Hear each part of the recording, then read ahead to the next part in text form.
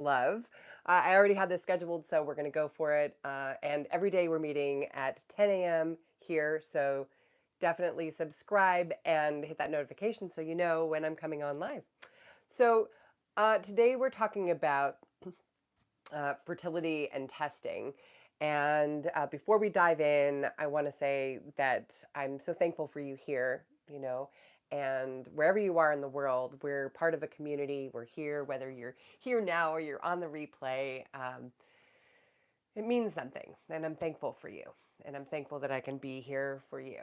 And this is a wonderful public space. And if you like a little more private space, we have a beautiful Fertility Inner Circle. There's a link in the description below. We're actually meeting this Thursday for one of the more full-on or sessions where we go deeper. And so I'm looking forward to that. And you're welcome to join in there too. All right, so let's go in.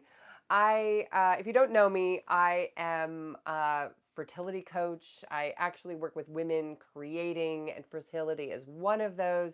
Whether you're creating your business, you're using your voice in everything you do, whether it's fertility, extending your family, whatever it is, it's about women. And there's so much inside of you, and this all comes back to that.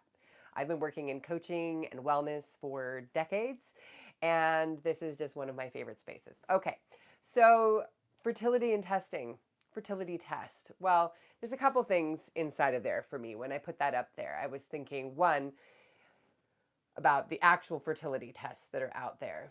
And I think that they can be very useful as long as fertility tests are not creating more stress, but are actually easing stress. Meaning when you're ovulating, you're checking out how, or you're actually going to a clinic or to a doctor, or D, all of the above. I did all of them, but I have to say the process for us was actually somewhat stressful. But it was nice to hear, oh, you're in your 40s. We assumed that things would be looking bad in there, but actually your eggs are that of a 20-something-year-old. And I thought, well, okay. That was sort of an underhanded compliment. And the same person actually told me that I was irresponsible for even thinking about having a child and having fibroids, but that's a whole other thing. Anyway, if you're here, do definitely let me know where you're coming from as I'm talking here. And at the end, I'm going to check in and see what your comments are, respond, and give you a little shout out. So thank you for doing that while I'm chatting it up here.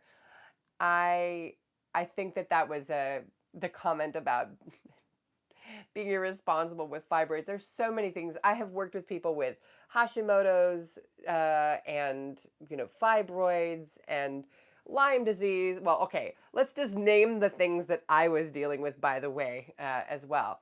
I had Lyme disease. I had cancer when I was younger, cervical cancer. I as well, let's see, have had multiple accidents, lots of fibroids. There are probably other things we could name, but let's just start there. And I've worked with all of these things naturally, including the pregnancy. I did not want to do hormones. That was my personal choice, but I did like the testing part.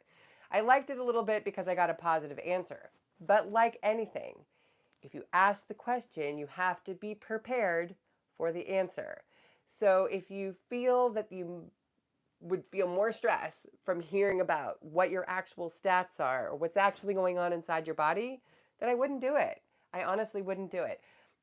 Because I do believe that miracles happen all the time. I've seen it. I've experienced it. I've heard about it secondhand or firsthand from my acupuncturist, or one of them.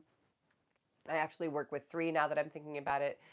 One here in California, my dear, wonderful friend, Deb, who is she has a plethora of it, big basket of information, so much there. And then a couple in Prague. And so the testing thing is, it's a sticky situation, but it can be informative and fantastic. As far as, I think you also have to go in there if you go in a place to do fertility testing, which I did. It was very uncomfortable, but it was something that we wanted to do because I was having loss after loss, miscarriage after miscarriage.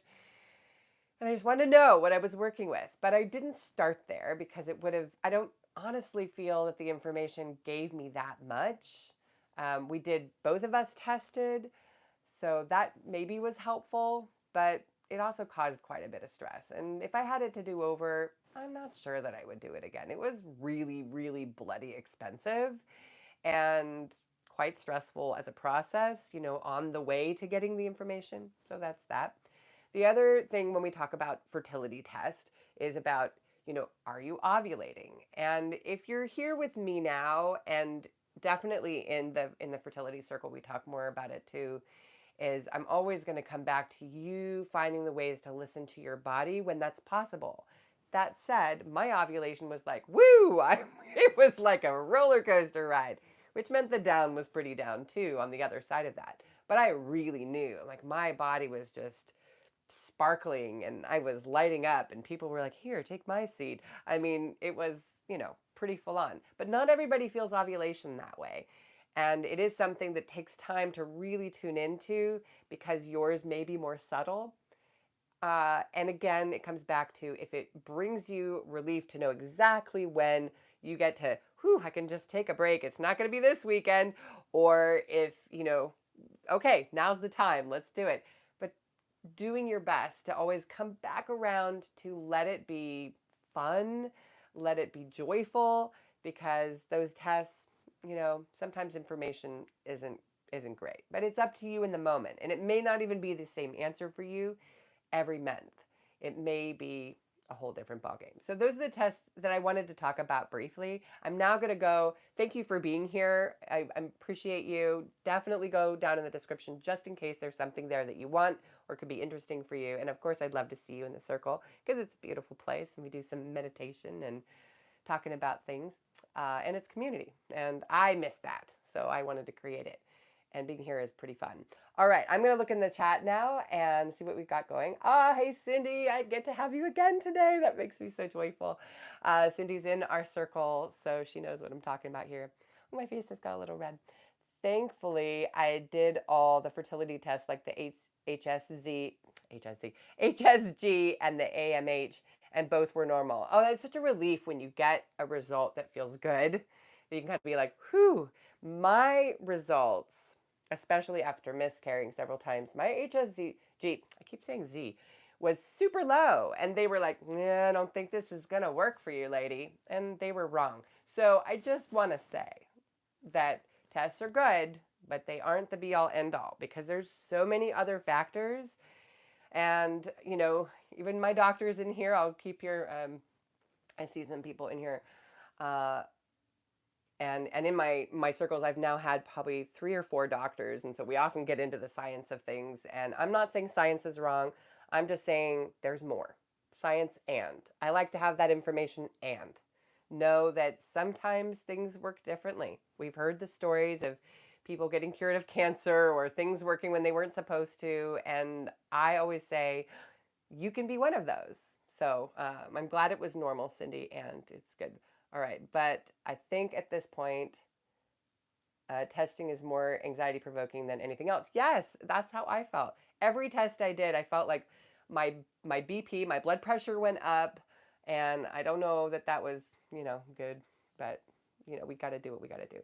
The testing caused a lot of arguments with my husband. He got tested too, though. Oh my gosh, my husband was I just got chills when you said that. My husband was very upset, and he's not a person who's normally stirred by, my masculinity or whatever, but there was something it's very invasive for everyone involved and not fun. And yeah, we also had arguments, I have to say, honestly. Raul, hi, I'm from India. Nice to see you. I've had quite a few people in here from India and other parts of the world. We were so lucky. I'm so thankful for social media in this way and the internet. I am definitely at a point where I need to learn to listen to my body. Oh, Cindy, I've been trying for 2 years and no pregnancies. It's, the body and this whole process, we talk about do this test and take this thing and do this, whether it's natural or otherwise, and then, everything's going to be easy.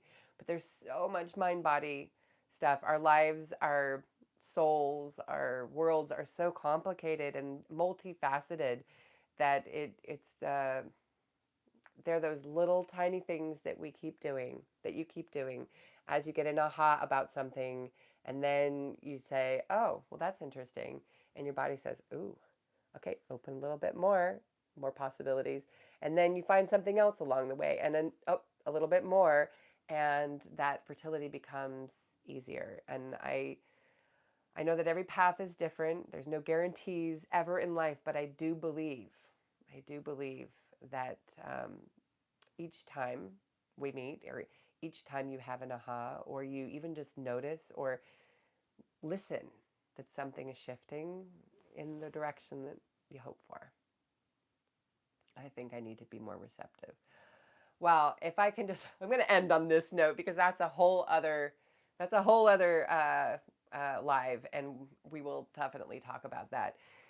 Reception. Oh, reception and conception, I do believe, are very, very interconnected. I'm going to say this. I'm going to go out on a limb here, but my feeling is that the people who end up here in this space or in the circle space or my private clients tend to be pretty dynamic women. And Cindy, from my experience of you, I feel like you're an intelligent, well-rounded, strong, feminine, amazing woman. And I'm going to just say it because I know you and I've met you. Uh, and I think when we're strong women on the planet, we get used to shutting down that receptivity because a lot of the stuff that we get isn't always nice because strong and woman and dynamic and what are the words I'm looking for? Well, I'm just going to say strong and intelligent and dynamic women aren't always received well because some people consider it a threat or whatever. And so we shut that down. We shut out that receptive feminine part, especially, I'm just going to say it, I don't want to be too cliche, but it's true. It is kind of a man's world when we're in science and as doctors and coaches and business and out in the world, even though interestingly enough, I do think that women are even stronger and we have so much to offer. There is something out in the world that shuts that down. And then in order to be in the masculine world, we shut that piece off. So it's pretty natural. And I still work with that all the time. The automatic reaction is often, nope, I got it, it's good. But then there's the just having that, oh, wait, is that true? Is that actually true for me? Is that really truly a no? So little ways, and we'll play with that. We'll be talking about that in the circle as well, and we'll definitely do hit on that one of these lives here, either this week or in the future. Thank you to Cindy. It's so great. And those of you who are here now or on the replay, I thank you for being here, for yourself, for your body, for your possibilities and what you're creating and extending your family and whatever else it is that you're creating in your life. I'm so grateful and honored to be here inside of this with you. I would love for you to be in our inner circle. Definitely go down in the description and jump in if that's something interesting for you.